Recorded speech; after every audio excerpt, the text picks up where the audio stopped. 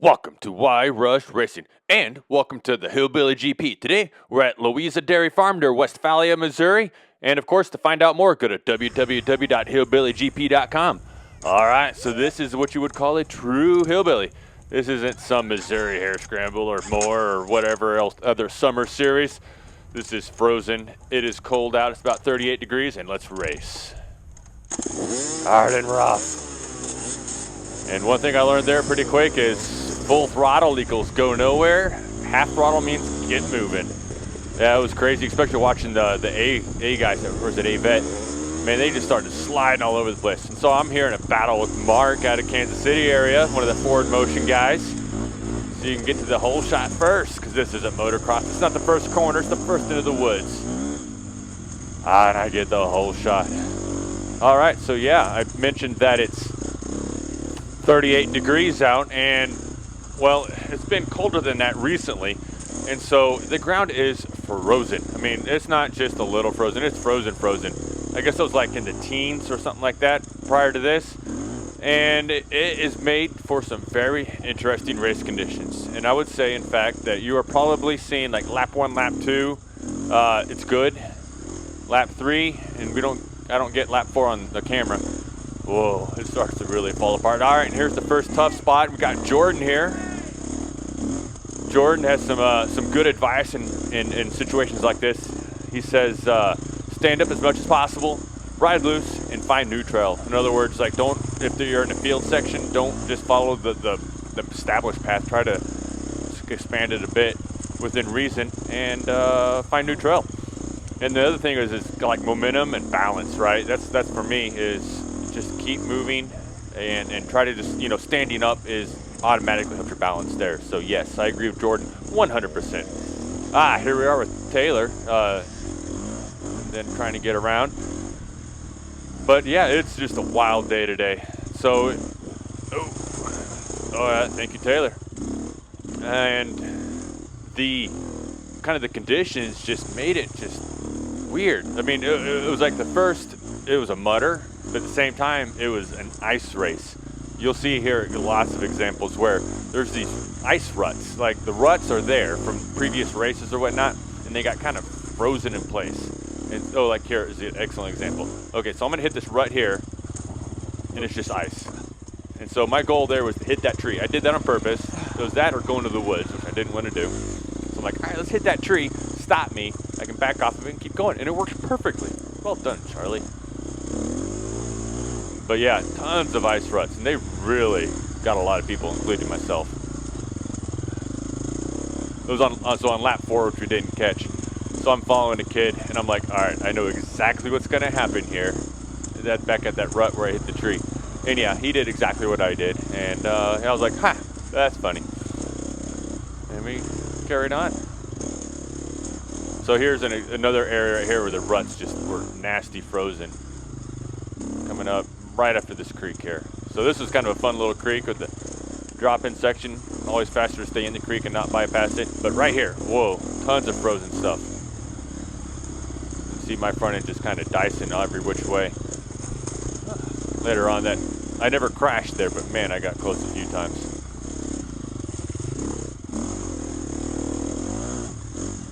Oh, so that hole right there is deep. In practice, I took it, because in practice a lot of times you kind of experiment, see new things and whatnot, and see what works, doesn't work. Well, I found out that hole does not work. I went on the right side. It's kind of like a Jeep trail or, UTV trail. Whoa, that right side was super deep, and I was like, not going through there again. And so I didn't.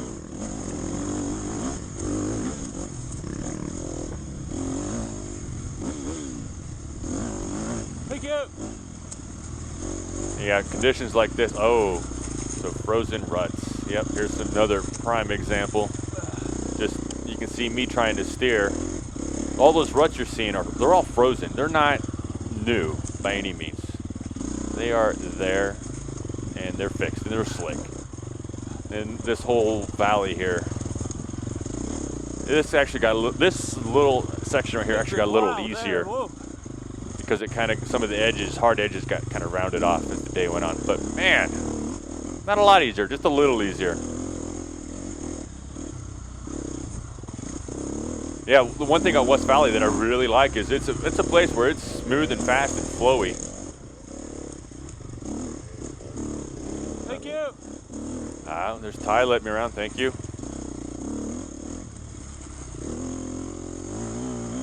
Yeah, so I think coming up here is, the section that I really like. I think.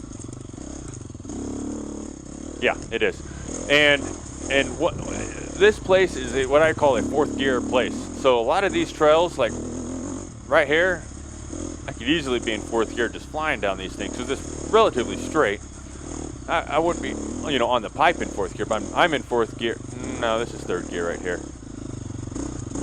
Right now I'm in low third gear. I should be in high third gear through all this. But it's just fun. It's nice, flowy, quick. Oh, and good hill here. Nice little challenging hill. Nothing too crazy as long as you can keep momentum. If you stop about halfway up or don't have enough speed going into the bottom of it, you're in trouble because it's slick. Oh, here's a good little crash. Watch the guy in red, I think, up here. Yeah. Whoop. A lot of that. I saw a lot of that today. Because for the most part, if you pick the wrong rut or you try to change what rut you're going to be in, that's a bad decision. You got to kind of pick your line and stick to it and hope for the best a lot of times. And just hope that there's not another cross rut or a rut going a different direction that grabs you and takes you away, which happened to me a few times. All right, so here's kind of neat little U-turn area. And I look over to my right here shortly and I see Rick. I'm like, If you watched the last race, Miller's Big 12, saw Rick there because he beat me. So coming into this race, I'm like, all right, Rick's my main competition. I have to stay in front of him. That's my plan. So far, so good, but I got to just maintain. Oh, okay, so I want you to pay attention to this hill here, because this place gets nasty. It's nice hill, not too rutted out. It's a little slick, but not terrible. Keeping momentum, a little, easy on the throttle. Good throttle control, and you get right up it.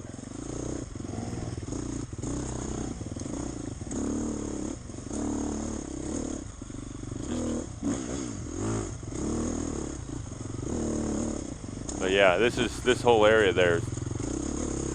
Gotta just kind of watch it. All right. Oh, this. So same thing here. This is one of my. I think. Yep, I did it again.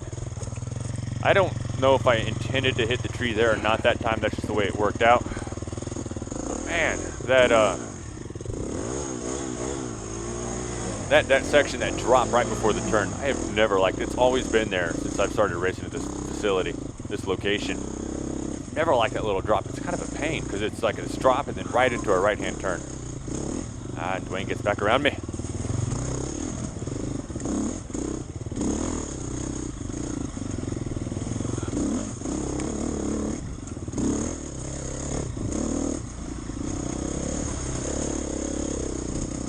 Dwayne standing up, good balance, smooth. He knows what he's doing. He is been racing a while. Very smooth, very good rider. But he takes a wrong turn here, and I'm able to capitalize on it and get back around. Or he may have done that intentionally, to be honest with you. I'm not sure. So still in first place, and keeping on. They did not send us through the motor track. Good, thank goodness. That'd have been nasty and nasty, just nasty and nasty, more nasty. All right, so coming through lap 1, Rick is a mere 5 seconds behind me. He actually, when I got stuck back there, at that right hand and hit that little cedar tree, he was right on my fender when I got going again.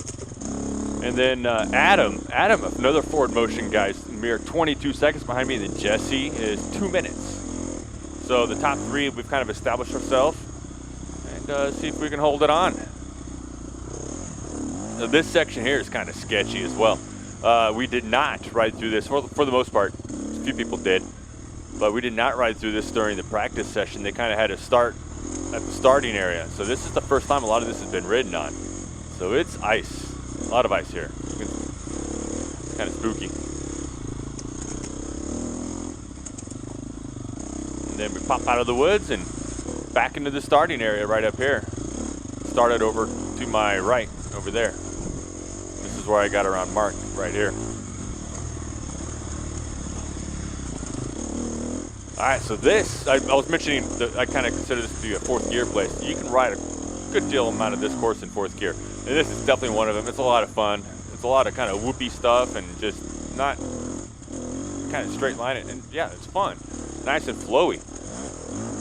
But today was not a fourth gear day. Because like there's a few times where you know, try to, you know, just wheelie over this whoop or whatnot.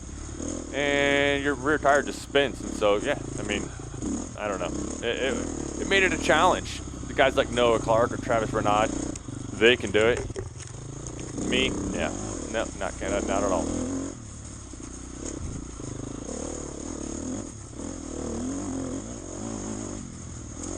But yeah, this, normally I'd be flying. All right, so yeah, there's Eric, and he just pulled that. I'm like, all right, don't do that.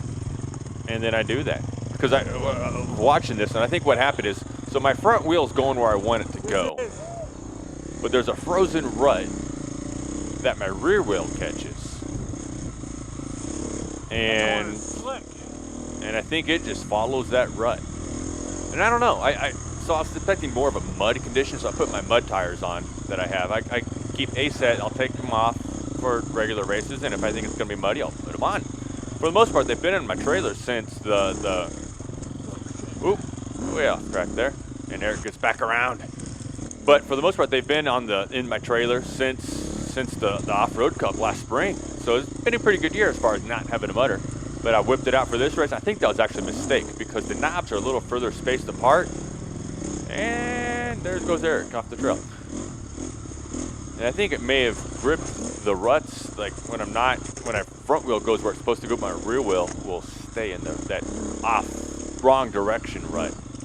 I don't know. That's my theory. I'm gonna stick to it because well, I can.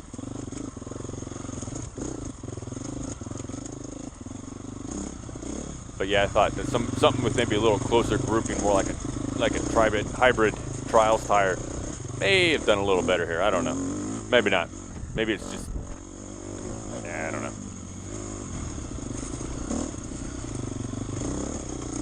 I looked back, I had somebody behind. That might have been, oh yeah, that was Adam. So Adam, I mentioned the forward motion guy. He got around Rick. He's behind me, and he wants to pass.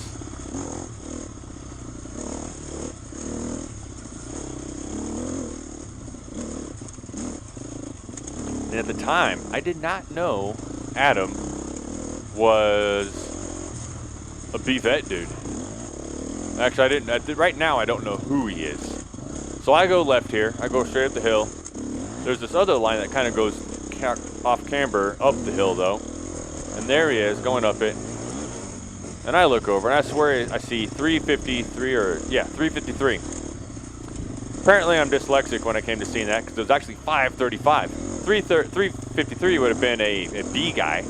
However, a 535 is a B-Vet guy. Like, oh, that was a critical mistake there, because as far as I'm concerned right now, I'm still in first. But I'm not.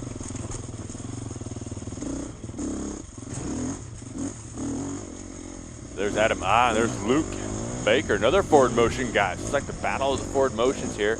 Luke is actually in the B class, catching up to him. And, get around to his left. Yeah, thank you, Luke.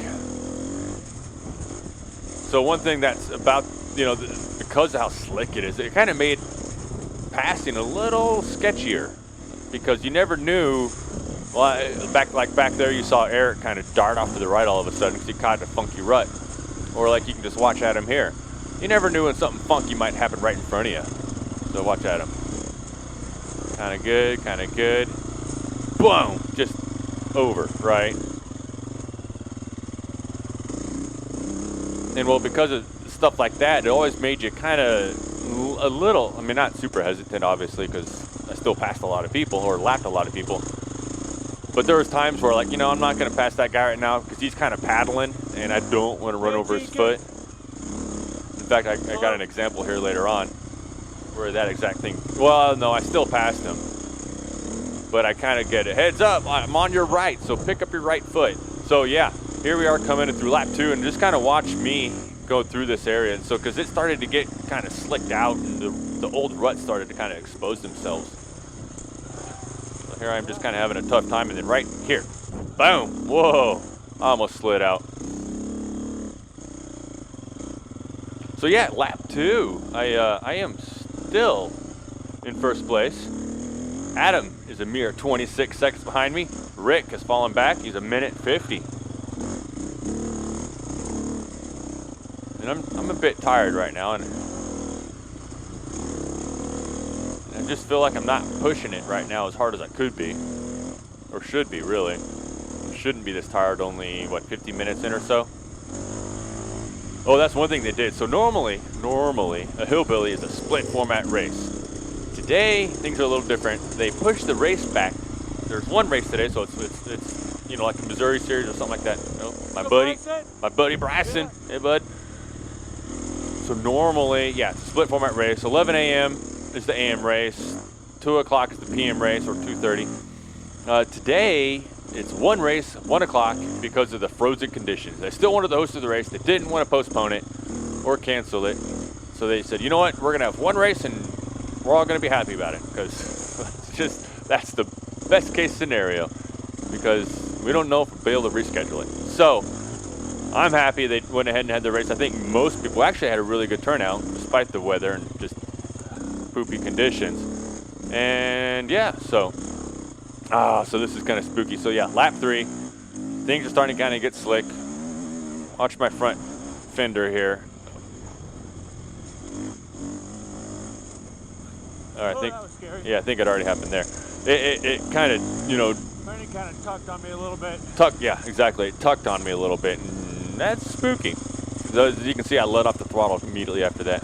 But yeah, one race, so that's why you're seeing a lot of the C or the juniors there with Bryson and whatnot. It's because it's one race.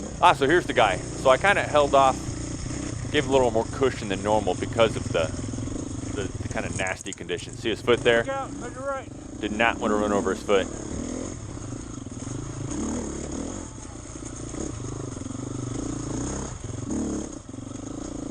Oh, so a decent amount of traffic here. And then not this, no, not him. So just getting around, these are all lappers. None of these people are in my class. I don't know who they are. Oh, I know who, not this guy, but the guy in front is. Thank you. So I mentioned Rick. This is his dad right here. This is James. So I was thinking something witty I could say as I go by, which is, you know, make sure you block Rick, or yeah, Rick for me. Like, that'd be funny to say. But then he kind of not blocks, just kind of in my way a bit. Not real bad. Nothing to complain about. Hey, block Rick for me. And then I say, block Rick for me. Like, hey, you blocked. So immediately I was like, oh, that was a really not cool thing to say. Because he kind of blocked me. I mean, not really blocked, just in my way a bit. And then I say, you better block Rick too, you know. But that's not what I intended to say. I don't know. Anyways, I talked to James afterwards. James, if you're hearing this again, I did not mean to be rude. And it sounded rude, and I do apologize if it came across that way, which in my mind it would have. But hey, we're all here to have fun, and hopefully, he said he didn't even know what I was saying, which is fine. Oh, this guy. So he was a little more persistent. So down here, I try to take the alternate, like a little less beaten path.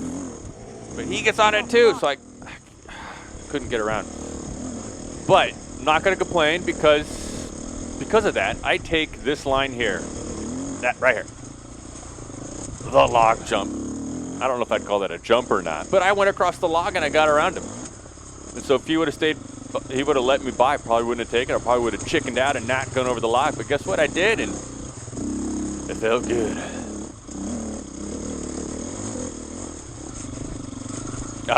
All right, so watch the guy on the right here. Just whoop, stuff like that, all day. A lot of it. You don't get to see lap 4, unfortunately, but yeah, by lap 4 it gets nasty, and I started to do more of my own of that kind of stuff.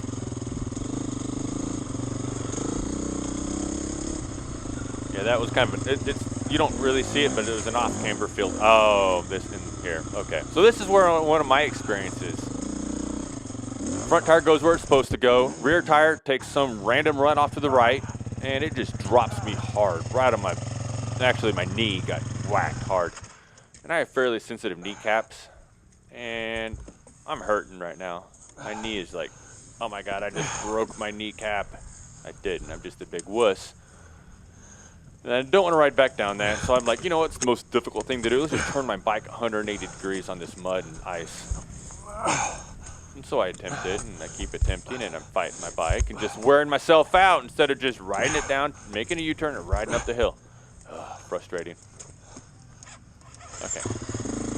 So now I get back on my bike and just kind of, we saw it on lap 1 what it looked like. Now this is all this snotty slicked out. The ruts are getting pretty deep here to the right. And of course I go right through them. Oh.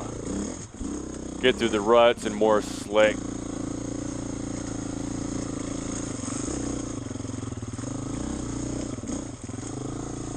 And I am just, my knee's hurting. I'm tired. I'm just not riding hard, not riding how I should be. And in fact, earlier I was getting, just by watching this video, I was frustrated. I'm like, Charlie, you know how to ride better than this. You know, do it. Next time, hopefully I will. All right, so in all that, I'm still in first place.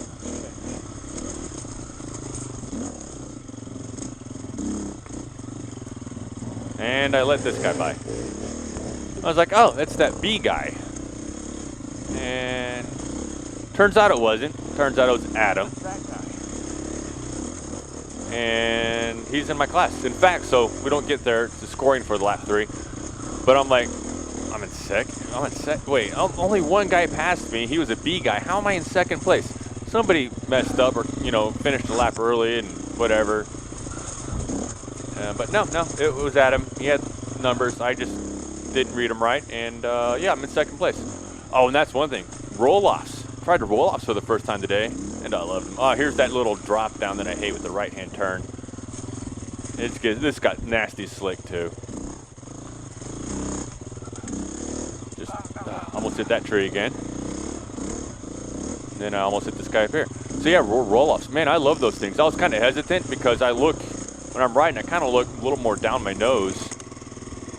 But kind of when you're kind of forced to look, you know, through the only clear part in your goggles you have. And I was kind of afraid to use them, thinking that I wouldn't be comfortable. No, man, they were awesome. So roll-offs are definitely going to be more used when it comes to wet conditions like today, because it was also, not only was it cold and frozen, it was kind of drizzly all day too. All right, and this is the end of the video. So I got progressively slower. This is lap 3.